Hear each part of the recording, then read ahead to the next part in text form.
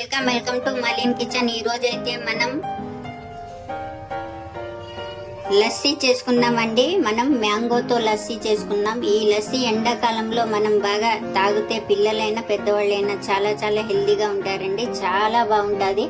మీరు తప్పకుండా ట్రై చేయండి ఈ మ్యాంగో లస్సీ. మన దగ్గర మ్యాంగో ఉంటే చాలండి, మనం ఏ రకమైన చేసుకోవచ్చు. బాగా చూడండి.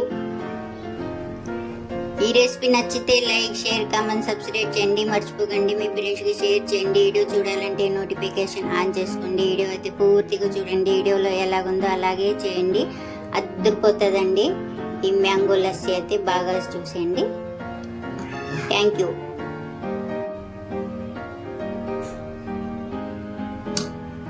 మనం మామిడి పండు తీసుకోవాలండి.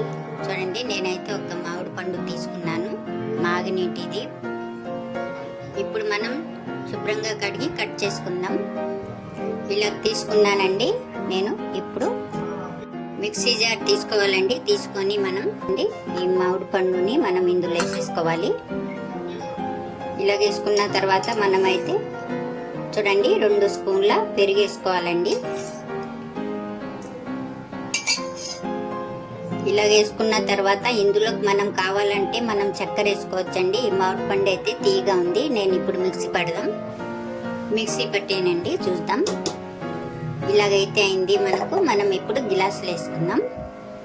మనం ఒక గిలాస్ తీసుకోవాలండి. ఏ గిలాస్ అయినా తీసుకోవచ్చు. మనం ఇప్పుడు ఈ గిలాసులోకి ఐస్ క్యూబ్ వేసుకోవాలండి. మనం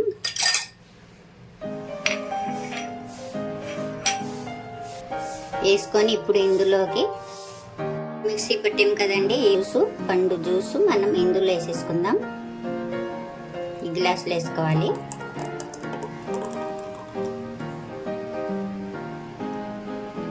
ఇప్పుడు కొంచెం నేనైతే బీట్రూట్ జ్యూస్ పెట్టుకున్నానండి, అదైతే వేసుకుంటున్నాను ఇందులో కొద్దిగా లైట్గా. ఇలా వేసుకున్న తర్వాత మనం 1 స్పూన్ పెరుగండి. మనం ఐస్ క్రీమ్ అయినా వేసుకోవచ్చండి, మన ఇష్టం. నేనైతే గట్టి పెరుగు అయితే వేసుకుంటున్నాను. వేసుకున్న తర్వాత ఇలాగే మనం ఈ కొంచెం ఉన్నది కదండి, ఇది కూడా వేసేసుకుందాం ఇందులో. ఇలాగంతా వేసేసుకున్నాక ఇప్పుడు ఇందులోకి మనం మిగిలిన పెరుగు మనం వేసేసుకోవాలి పైన.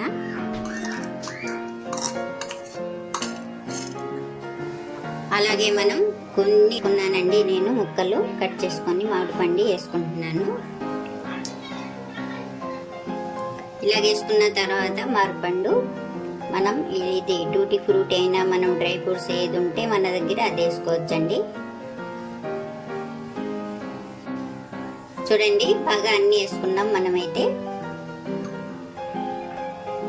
అంతే అండి, సింపుల్గా రెడీ అయిపోయి మ్యాంగో లస్సీ అయితే చేసుకున్నాం. ఈ సమ్మర్లో మనం ఇలా తాగితే చాలా చాలా కూల్గా హెల్తీగా బాగుంటారండి.